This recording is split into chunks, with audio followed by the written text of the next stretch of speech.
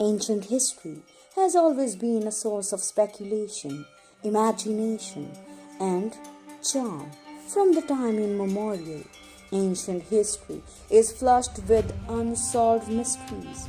Some of these mysteries were solved, but some of them remained an enigma, but both keep the people intact to them. In today's video, we are going to discuss some of the mysterious things that science is unable to explain even today. Where is the tomb of Cleopatra? Cleopatra receives the Egyptian throne from Caesar, according to ancient resources. Following their deaths in 30 BC, Cleopatra VII and her lover Mark Antony were buried together in a tomb. Plutarch described the tomb as a lofty and beautiful monument holding valuables made of gold, silver, emeralds, pearls, ebony, and ivory, and it was placed near a temple dedicated to Isis, an Egyptian deity. The tomb's exact location is unknown. Egypt's former antiquities minister Zahi Hawass conducted excavations at Taposiris Magna, a site near Alexandria, in 2010. This houses a number of tombs dating from the reign of Cleopatra VII in Egypt, while numerous exciting archaeological finds were uncovered. Cleopatra VII tomb was not one of them, according to Hawass. In a series of news releases, archaeologists have remarked that even if Cleopatra's tomb survives to this day, it may have been brutally robbed. Was Caesarion in fact Caesar's son? Egyptian hieroglyphics and inscriptions from the Temple of Hathor depicting Cleopatra and her son Caesarion. On the south wall of the Temple of Hathor at Dendera, Egypt, we discover a sunk belief of Cleopatra and her son Caesarion. Cleopatra VII gave birth to Caesarion, whom she claimed was Julius Caesar's son, in 47 BC. In 44 BC, Cleopatra appointed Caesarion as so-called ruler of Egypt, and surviving art represents mother and son as co-rulers. However, it is unclear if the infant was genuinely Caesar's son. Caesar never recognized the child as his own. One of the Caesar's companions even authored a booklet disputing the Caesarion was Caesar's son. Cleopatra VII committed herself when she and Mark Antony were beaten by Octavian in 30 BC, and Caesarion was slain not long thereafter, according to Egyptian hieroglyphics and inscriptions. With no remaining bonds of Julius Caesar or Caesarion, researchers are unlikely to ever be able to ascertain with confidence whether Caesar was indeed Caesarion's father. Where is Alexander the Great buried? By at the age of 32, Alexander the Great had surged through Asia, conquering a realm stretching from the Balkans to India, and ruled over the largest empire in ancient history. Then, in 323 BC, he died, and his kingdom crumbled in an instant. A sickness killed the monarch of Babylon, that is now in Iraq. According to historical context, one of his generals transported his body back to ancient Egypt 2 years later, but his body was kept in Memphis, while a tomb was erected for him in Alexandria. However, no one knows where the famous mausoleum is.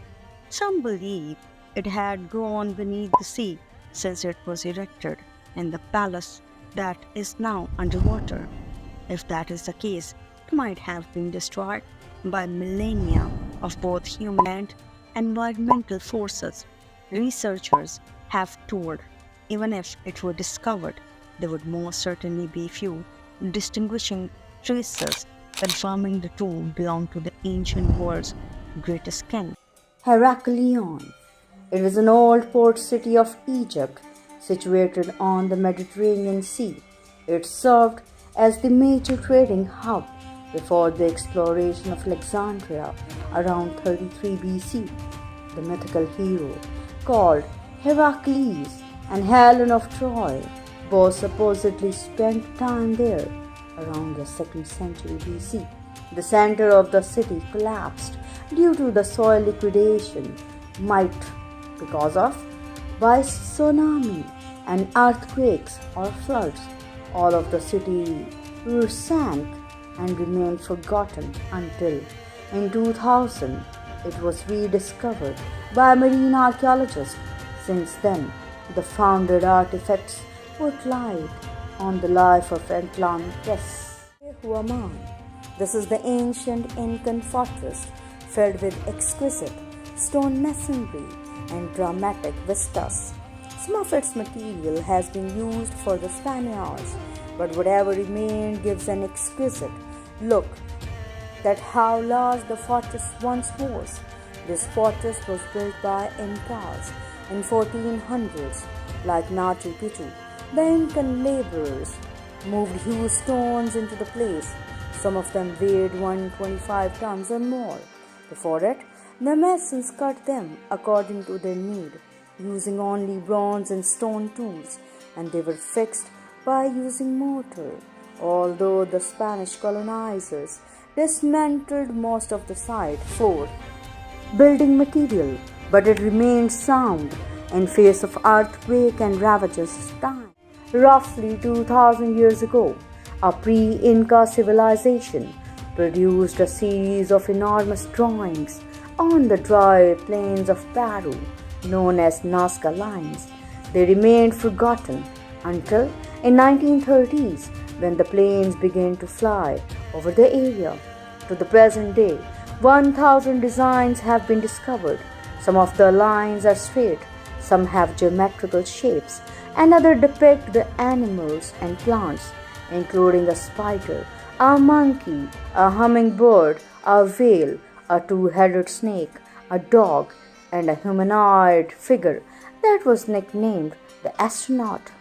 Recently, in 2022, 168 new geoglyphs have been discovered, but the archaeologists are still not sure about the purpose of these lines. But one prominent hypothesis connects these lines with religious rituals. This hypothesis says these lines had been made for their gods who could see them from heaven. Another assumption says that these were the paths the ancient Nazca people used during their religious rituals. Paracas Candelabra. This is the well-known prehistoric geoglyph. This is found at Pisco Bay in Peru. It stretches roughly some 600 feet from top to bottom, though the pottery found at the site dates back to 200 BC. But this candelabra's age is unknown. According to the local legend, that this carved triton represents the lightning rod of god Heracleon, who was the god of Andes and worshipped throughout South America. But archaeologists are unable to find the final answer to the purpose of its creation. Plain of Jars, northeast Laos, is home to one of the world's most astonishing archaeological sites. It is littered with thousands of enormous 2,000 years old stone jars. Many archaeologists, however, believe that they served as funerary urns, though their purpose is unknown to the present day. About how they were moved here and what type of civilization was it. The complication that lies in the way of studying these objects is that this area is full of bombs that US dropped in US bombing campaign during the Vietnam War. Therefore, they cannot be studied. Paracas, a controversial shipwreck explorer called Robert Marks, claimed to have found a number of twin-handled Roman vases known as amphoras in Brazil's Guanabara Bay. He claimed that these amphoras provide proof that the Romans were the first Europeans in Brazil, predated the Portuguese by over 1,000 years, though he could not complete his search and exploration because the Brazilian government banned him and the basis of accusation of looting. The Ark of the Covenant, a computerized representation of the Ark of the Covenant. The Bible has precise description of this sacred treasure, but it was lost millennia ago and is unlikely to be found. A Babylonian army led by King Nebuchadnezzar II attacked Jerusalem in 587 BC, plundering the city and demolishing the first temple, a temple used by the Jewish people to worship God Almighty. The Ark of the Covenant, which held tablets documenting the Ten Commandments, was housed in the first temple. The fate of the Ark remains unknown. The Ark's fate is unknown according to ancient reports. The Ark was either brought back to Babylon or buried before the city was conquered. It is also conceivable that the Ark was destroyed during the sacking of the city. In any case, the location of the Ark remains uncertain since the Ark's departure. Many myths and legends have been sprung regarding its destiny. According to one narrative, the Ark finally made its way to Ethiopia, where it is still maintained. According to another legend, the Ark was divinely hidden and would not be revealed until a Messiah appears. Last tomb. Much is known about the last queen of Egypt, known as Cleopatra, who had famously consorted with both Julius Caesar and Mark Antony, and later she committed suicide in 30 BC following Antony's and her defeat at the Battle of Actium. Both the lovers were buried in the same tomb, but the exact location of the tomb is quite mysterious and unknown. Some of the researchers believe that it is the resided area of Alexandria, her capital city, and that had been the cultural center of the Mediterranean world. But it got lost when a tsunami swept through in 365 AD. Other researchers believe it to be in Nile Delta, might be in a temple that is associated with Isis and Osiris, the Egyptian gods with human traits, with whom they associated themselves. Queen Nefertiti reigned during the 18th dynasty. She was Pharaoh Akhenaten's wife, and great statues and paintings have immortalized her beauty. She contributed significantly to her husband's religious reforms and may have served as co-regent for a short time after his passing. She is brought to light through the well-known Nefertiti bust as well as the ongoing quest for her mysterious tomb. While it is persisted, she and Akhenaten transformed Egypt's religious structure to theism. Was there a real King Arthur? The Robin Enoch King Arthur statue, Gallus, situated on a rocky headland on Cornwall's Atlantic coast.